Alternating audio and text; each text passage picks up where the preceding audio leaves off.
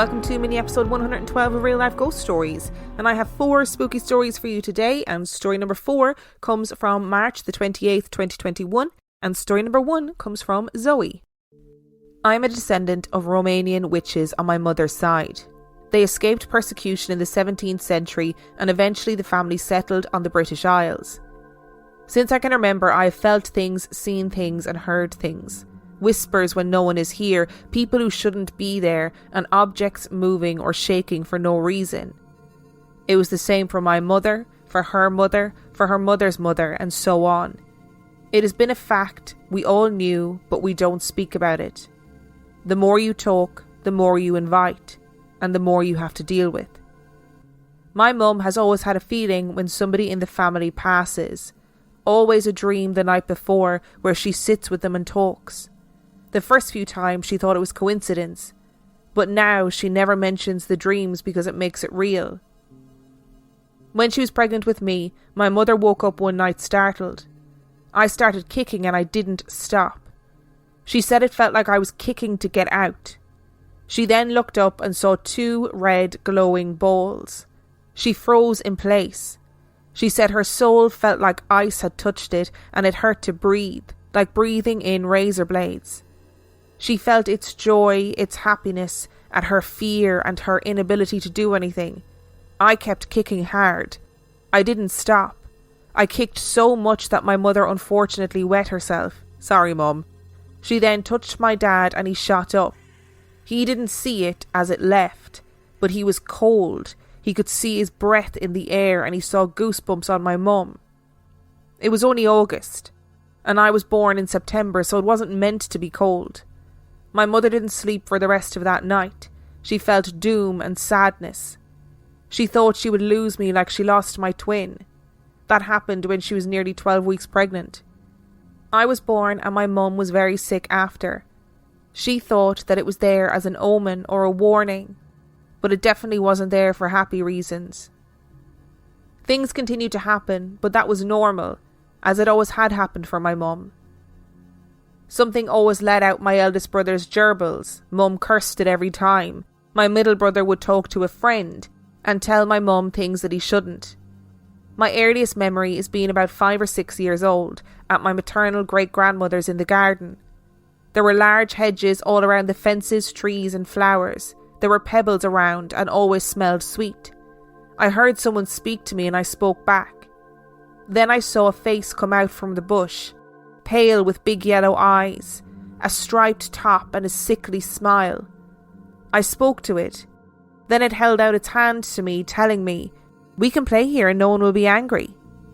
I went to take its hand. It was nice to me and I was happy to play. My big brothers never wanted to play. Then my great-grandmother came out, walking stick raised up, and shouted, "You are not welcome here. You leave my girl alone. Be gone." It retreated so quickly that I jumped. "If you see somebody like that, you have to tell them to leave," she told me sternly. I said sorry and went into her home again. I felt bad because I had forgotten stranger danger.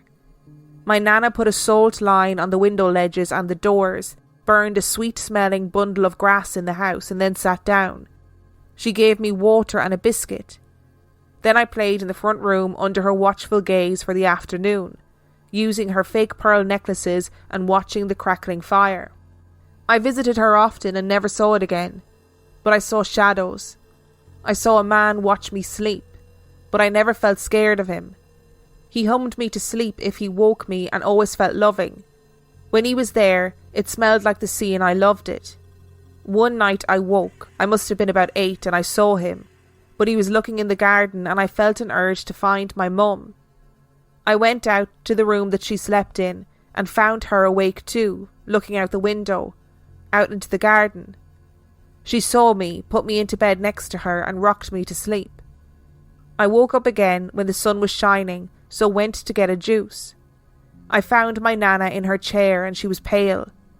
She saw me come in and said, "I'm fine, I'm just tired, Bubba, get me a drink please." I did this and smiled at her, and then I saw him, the one who watches me sleep, standing next to her and smiling. I dropped my glass and fell over. I always thought I was dreaming. He looked at me and then moved away.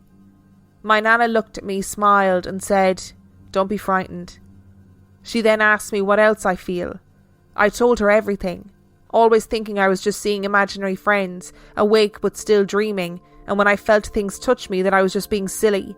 I had too much imagination for my own good. "No, Bubba. It will carry on happening.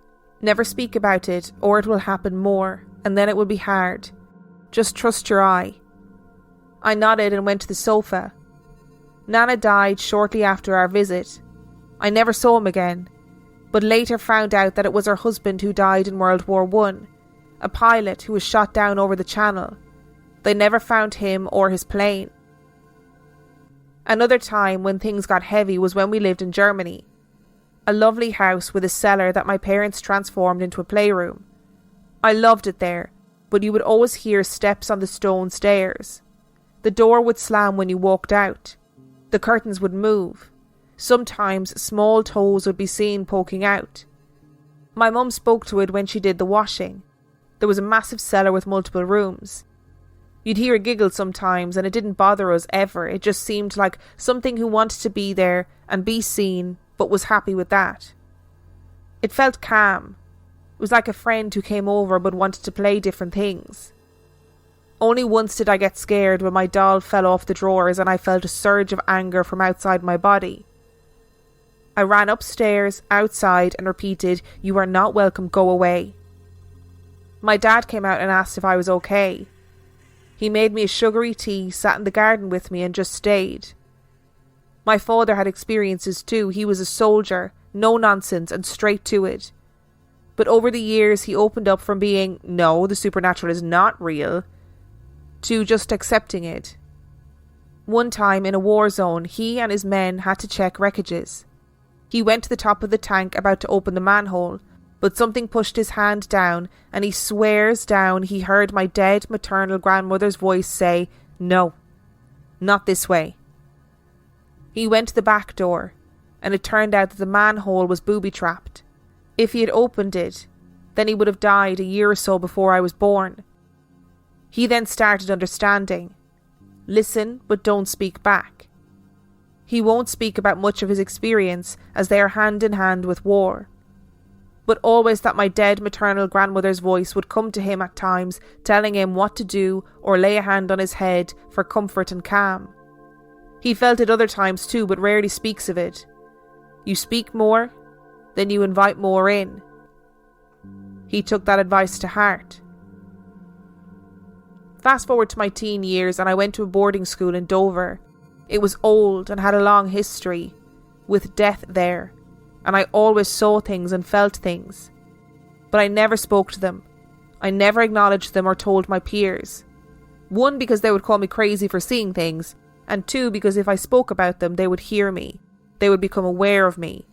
I didn't want that. Dead soldiers, dead children, shadows, a dog, past teachers who passed away. And then there was the man.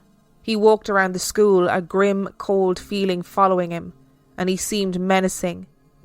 Like when a man is about to fight, you feel the violence rolling off him.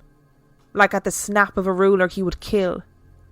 If I saw him, I avoided that area. I felt sadness when one child was near, like a lost feeling and hopelessness, my heart being ripped out. I just wanted to say hello, but I didn't. I didn't want the attention. It was such a small child. I always felt like he was looking for someone, but not a parent. A friend maybe, or a sibling. The dead soldiers always standing on the grounds like they were still watching out for the enemy. Their uniforms were like the ones from Blackadder, the World War I or II series. They never moved position, but watched something in the sky. They seemed to be repeating their last hours. My mother rarely picked me up from school. It was always my father, and if my mother did come, it was quick and she always seemed distracted. When I left school, I chose to work in care. I worked in some lovely homes, but one always made me feel like I was being watched. It always felt like something was right behind me and I hated it there. I met my husband and I stayed at his flat. I felt something, but I chose to ignore it. I liked this guy, and whenever I let on I felt things and saw things, men would run and I didn't blame them. but I didn't want him to run. I spent the night with him and woke up to find something watching us. I spoke quietly, breathing out the words, "Go, you are not welcome here." I focused on his home, having ice blocks around it, protecting it, and the figure left. I laid down and snuggled into my husband. "You saw it, didn't you?" he said. I froze and I panicked. "It's okay. I believe in it all. And apparently you believe and know more than me." I told him, "Don't speak of it. You give it attention and it gives you attention." And we became a couple, 4.5 years strong, and things continued happening. Before COVID, we went ghost hunting to Dover. It was my husband's idea. My mum was pissed, but looked after our children. "You'll regret this." She put a cross on my car keys before we left and told me to keep it in my pocket. We went and had to leave early. The organiser was being pushed and had something attached to them. I saw it as I walked in. Claws on their shoulder, eyes poking out behind their head, and a feeling when they walked past. A feeling of being pulled towards the organiser and like something was trying to grab you. I made sure I kept hold of my husband's hand. Each spirit we encountered seemed angry, especially one which tried to hurt my husband. I stood slightly in front of him and felt burning all over. We left that room, and I had to repeat quietly, "Leave me be," and touch my husband's skin. We stayed there a moment before returning to the room, and when we did, I regretted it. The burning returned and I felt something pushing my chest. We went back to the tea room and I felt sadness.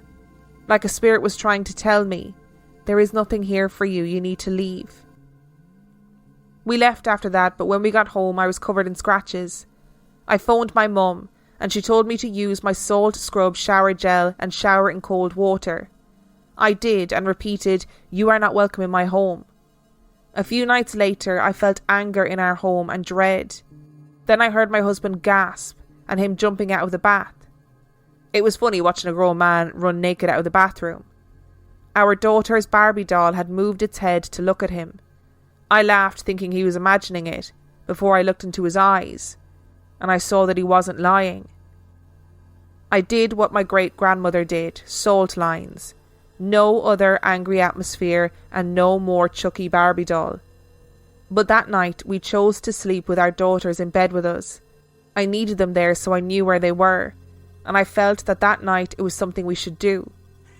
The next morning all felt calm again, and we decided there would be no more ghost hunts. My scratches took over a week to go, one on my wrist taking the longest. Whenever I looked at it I felt a surge of sadness. I felt like it was the one from the spirit that warned me. I have 2 daughters. Both have said something or spoken to something not there. My eldest used to say that a woman was on her ceiling, holding on to the ceiling with her hands and feet. She was skinny and pale but kind. Her body and face were faced towards my daughter. Her hair was tied back and she had loose trousers and a white flowing top. Her feet were black and the trousers had burns. There were red marks around the wrist and ankles and red marks around her mouth. My daughter always smiled up and said good night. One night, over the baby monitor, my parents and I heard her say her usual good night. Then we heard a woman's voice saying, "Good night, child." I legged it in and caught a glimpse of something on the ceiling. My mother told it to leave, that it wasn't welcome, but I felt sadness and love. I told my mother this and she nodded. The lady stayed, only ever showing herself to my daughter, and always seemed loving and caring. Our black cat never appeared spooked, so we weren't worried. One day my eldest stopped playing, looked at my dad and said, "The lady had to go," and continued playing. My dad nodded and said, "And there is your mother's DNA." My eldest has said there are things in our flat now, but only a few times she has said this. She watches spaces and then continues reading. She sometimes starts crying for no reason or laughing in her sleep, and yes, it creeps us out too. My youngest has said that the lady is here and speaks to her in the kitchen. We can't get her to tell us much more, she's only 2.5 years old, but I feel no harmful feeling, just love, so I let it be. My daughters have said things to my husband about his uncle who passed away before either of them were born. They have freaked him out, as have I at times with what I say. He always says, "You are goddamn children." I find it entertaining. The girls just smile and then go back to playing or reading. We have a black cat that lives with my parents. She hates us adults but loves our girls. When I was pregnant, she just wouldn't leave my bump be. I have been asked to work on a ghost hunt. I've been asked by a clairvoyant to help her, but I won't. Just because I know doesn't mean I should share.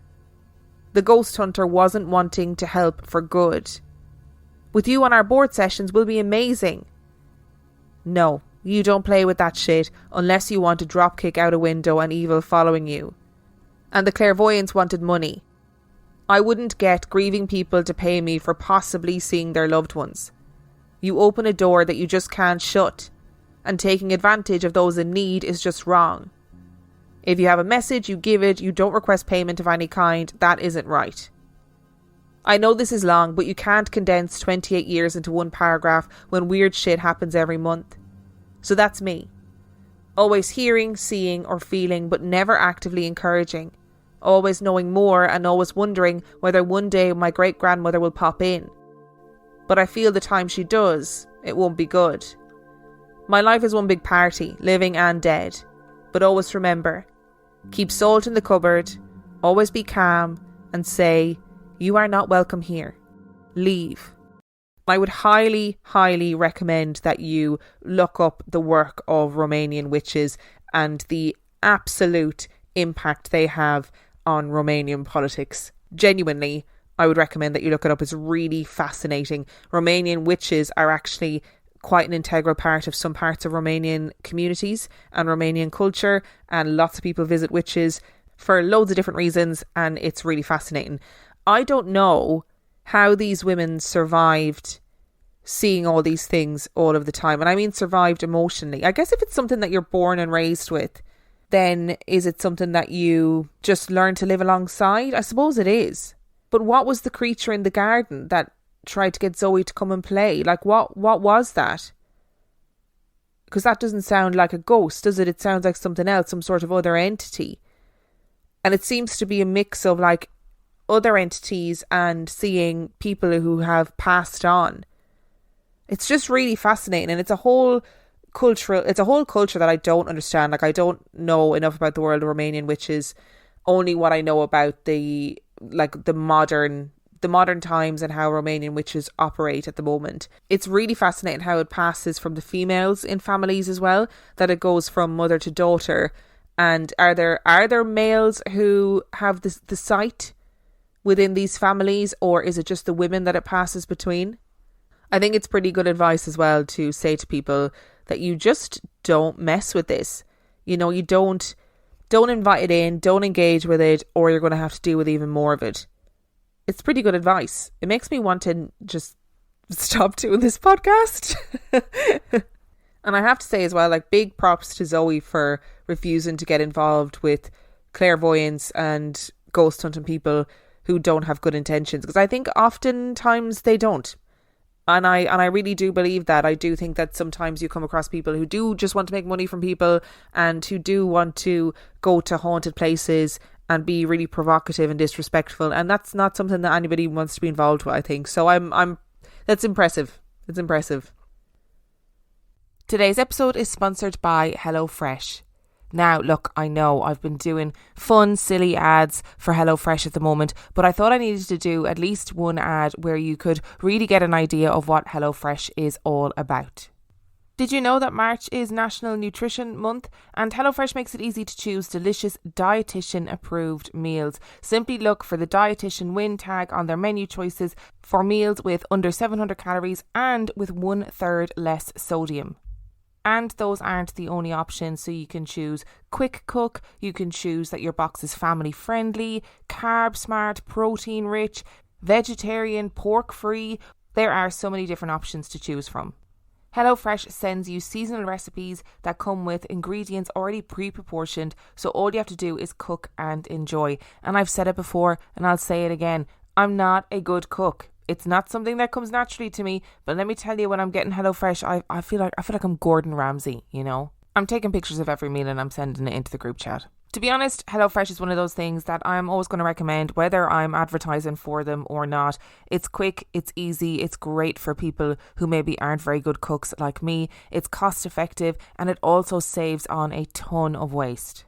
So go to hellofresh.com/Real Life Ghost Stories 60 and use the code Real Life Ghost Stories 60 for 60% off plus free shipping. That's hellofresh.com/Real Life Ghost Stories 60 and use the code Real Life Ghost Stories 60 for 60% off plus free shipping. Today's episode is sponsored by Hers. This time of year, all of the emphasis is always on organising your space. It's always on wellness. It's on spring cleaning. It's on fresh starts. But actually, the most important way to take care of yourself is to take care of your mental health, and you can do so at forhers.com. At forhers.com, you can get access to real medical providers who can prescribe trusted anxiety and depression medication if it is right for you. The process is 100% online, including unlimited check-ins, provider messaging and support along the way. Plus, to make things even simpler, you can get your first month of treatment for just $25 if prescribed. To get started, go to forhers.com/spring. That's forhers.com/spring. And I know for some people that getting access to proper mental health care can be a serious source of stress in and of itself. It also can be really difficult to talk to healthcare providers face to face about things like your sexual health, about things like hair loss, and about things like your mental health. That is why Hers makes it simple. Get started today at forhers.com/spring. That's forhers, forhers.com/spring. The offer is only available if prescribed. Prescription products require an online consultation with a healthcare provider who will determine if a prescription is appropriate. The subscription is required. Additional restrictions apply. See website for full details and important safety information. A toast to our new college grad who fills us with so much joy, almost as much as when we're in our RV. Oh, the world is your oyster, kiddo, and ours too. Now that we're covered with Progressive, Dad and I can hop in our RV anytime we want. Might even splurge on a retractable awning. Ooh, look out. Sorry, what was I talking about? Protect your loved one with an RV policy from Progressive. Take as little as 4 minutes to see what you could save at Progressive.com. Progressive Casualty Insurance Company and Affiliates. And story number 2 comes from Javin. Around the time I first started speaking, me, my mother, my dad and my aunt all lived with my grandmother. She had a house built in the late 1800s, as documented on the deeds to the house, and a brick at the bottom of the chimney. My mother told me whenever I was laying in my crib or my car seat, I would follow something on the ceiling with my eyes and smile. I would say "Babu," which was my toddler way of saying baby. This always freaked her out. One day when my mother was at work and my aunt was babysitting me, she laid me down upstairs to sleep. The phone began to ring and she went downstairs to answer it. While talking on the phone, she swore that she saw a baby crawling across the living room floor towards the fireplace and disappear. She was startled because she thought I'd somehow crawled down the stairs without her knowing. She ran up to me only to see that I was still fast asleep in my crib. At the age of around 7, we moved to a small village 10 minutes away from my grandmother. I loved this place. We moved in with my great-grandfather to take care of him and to have our first house. This is where the majority of these stories took place. When we first moved in, it was around the time of the PlayStation 3. My father ended up getting us one that came with a web camera called the PlayStation Eye. Essentially, that's all it was. A simple, low-quality webcam. My father would hear noises at night when we slept upstairs, so assuming it was my grandfather, he set the webcam to record at night to check what was going on. After another noisy night, me, my mom and my dad all checked the webcam the next morning. There was a night vision thermal mode on it to help see in the dark. When we checked, there wasn't much going on. My grandfather would only roll a few times in his bed, which pretty much summed up the noises. Until we saw it. A ghostly white cat seemingly came out of nowhere and jumped on the bottom of my grandfather's bed and walked up to his legs and jumped on the couch, and just as suddenly as it came, it vanished. To no surprise, we were all quite startled, considering we weren't allowed pets in the house at the time. After my dad started working nights, my mom and I shared a room together. I remember vividly and terrifyingly the things that I saw staying in that room. Even now, when I talk about those events, I tear up. My first encounter with a spirit, demon, entity, energy, whatever anybody wants to call it, was when I was sound asleep. I remember waking up to the sound of a man clearing his throat as if to speak. It was deep and loud, seemingly almost directly in my ear. I remember sitting up in bed and thinking it was my father. I looked around the room to see nothing, except when I looked into the small hallway with the tiny square clearing, I saw a man. Tall, darker than dark, featureless, with a tall top hat. I've heard people on the podcast describe this also as having a coat. This one, however, did not. It did not move or make any noises after I woke up, just stood staring intently. I know this wasn't sleep paralysis because I remember frantically screaming and shaking my mom to wake up, and when she did, there was nothing there. The Shadow Man was a reoccurring scene that happened nearly every night, except one night something changed. The way the bed was in relation to the room, there was a clear view of the hallway. On the back of the bed was a large wooden headboard that had sides that were enclosed. Between the right side of the bed and the headboard there was a gap large enough to fit a regular-sized person standing shoulder to shoulder. I remember waking up, seeing Mr. Shadow, but also feeling an intense feeling of being watched from this gap. I remember slowly looking back to the most terrifying sight I have ever witnessed. Something, black in body and red in the face with glowing amber eyes, squatted in this gap, making direct eye contact with me. It hissed and bared its sharp pointed teeth at me. The best way I can describe it was the red-faced demon from Insidious, but this was years before the movie came out. We don't get ghost babies very often, like actual ghost babies. That's pretty freaky. Because you'd obviously automatically be thinking, oh no, the baby's somehow gotten out of their cot and has made their way downstairs.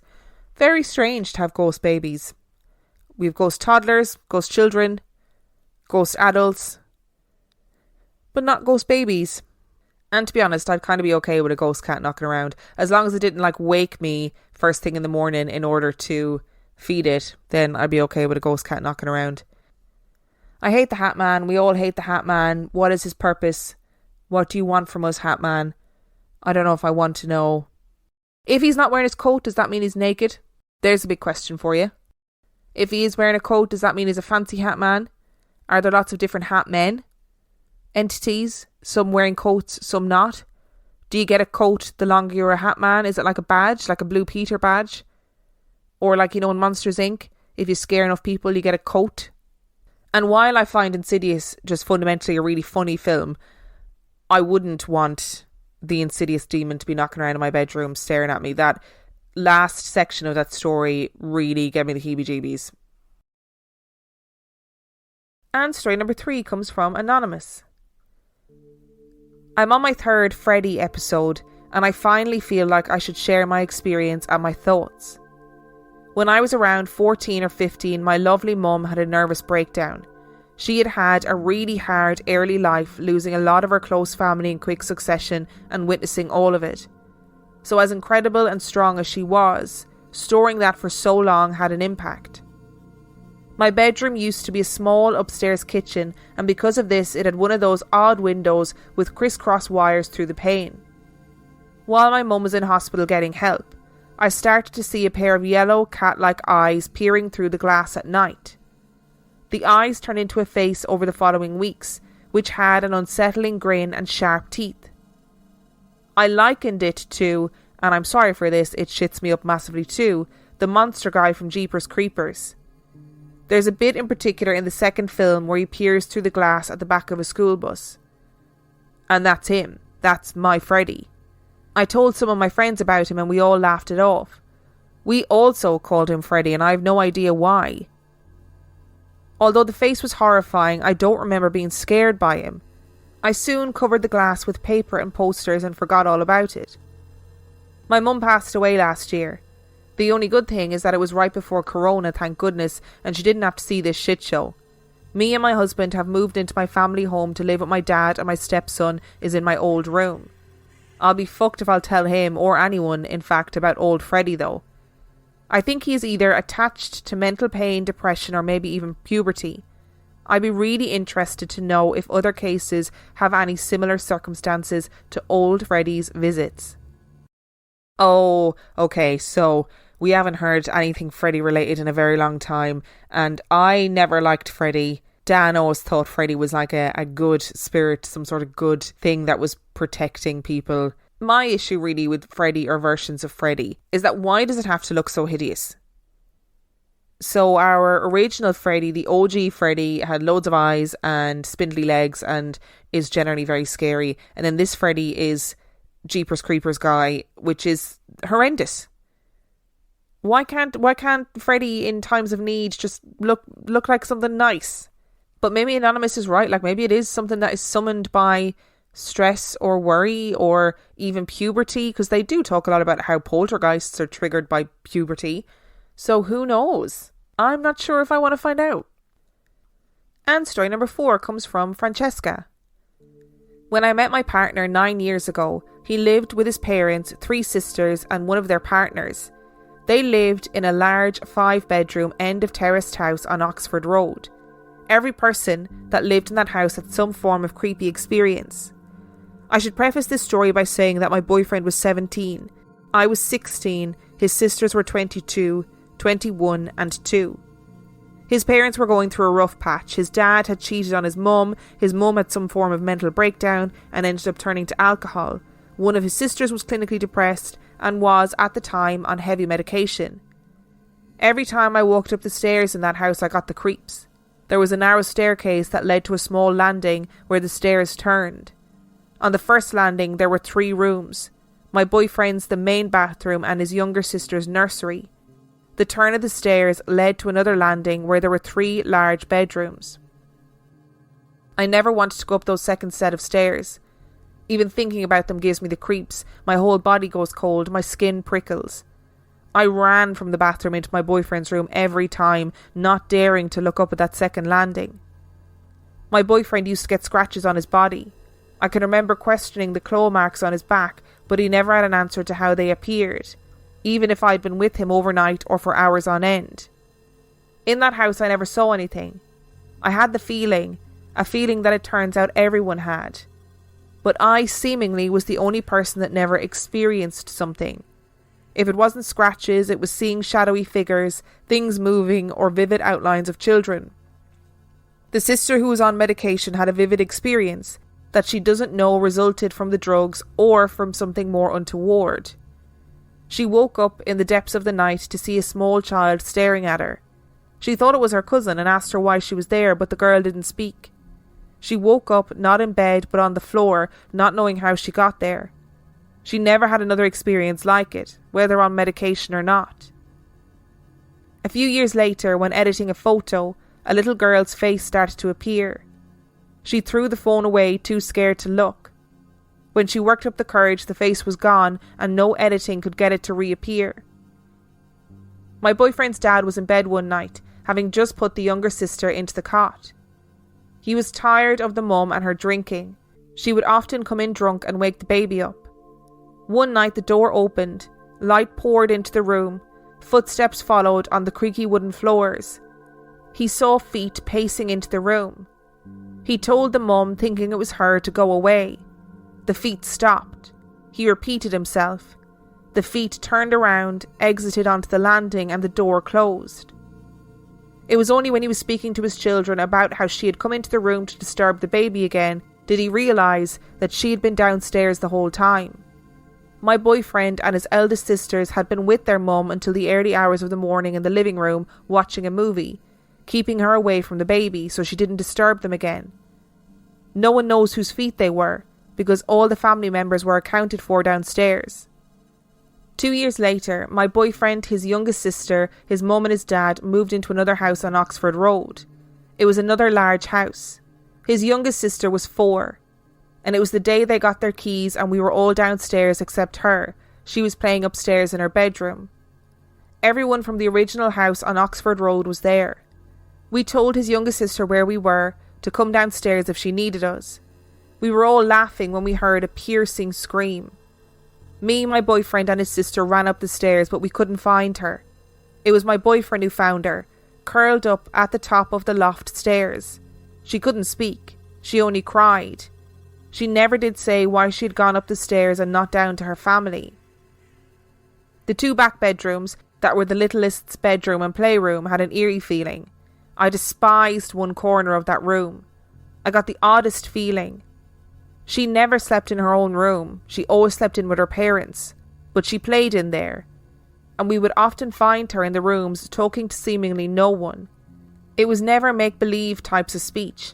Always hushed whispers, a conversation that would stop as you walked past the door. Everyone was in agreement that those 2 bedrooms had an odd feeling. Even my boyfriend, who doesn't really believe. We all had the same feeling that night. That the littlest had run up the stairs because she had seen something in that room she didn't like. In the other house, I didn't have any experiences, but in this one I did. I was scared of the landing, in particular the bottom of the stairs to my boyfriend's room. It was a dark, eerie corner. I was that scared that I wouldn't go to the toilet by myself at night. I would wake him up to walk me down. One night I woke him up to go to the toilet and we went together. I went first and he went second. I sat on the edge of the bath waiting for him, looking out of the open door and out onto the landing. I looked at that dark corner of the room and saw something. I've seen things before, in other houses, but always doubted myself. I thought I was seeing things, a coat placed over the end of the banister maybe.